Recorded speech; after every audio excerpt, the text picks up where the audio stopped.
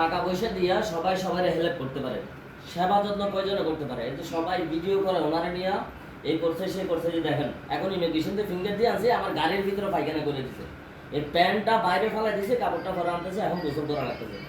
তো এখন হয়েছে মানুষ অনেকে টাকা পয়সা দিয়ে অনেক কিছু করে, মেন সমস্যা হয়েছে এই যে সেবাটা, এই যে সেবাটা যে করতেছি এটা ড্রাইভারটা কে নিবে, যে এত কষ্ট করতেছে দুদিন ধরে, আমার বাথরুম বাসা বাড়ি সব কিছু পায়খানা করে টানতেছে। আপনারা জানেন একটা বয়স্ক মানুষের সেবা করা কত কষ্ট।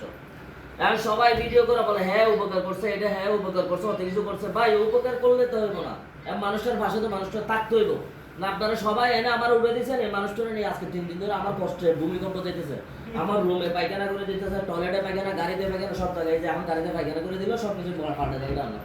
এই কত হয়েছে ভাই, সবাই টাকা পয়সা দেন, 10 টাকা 5 টাকা সবাই দেন, কিন্তু সেবা যত্ন তার কয়জনে করতে পারেন? তাই একটা মানুষ এরকম একটা বয়স্ক মানুষের সেবা করার জন্য আবার কয়জনের খুব ভালো থাকে।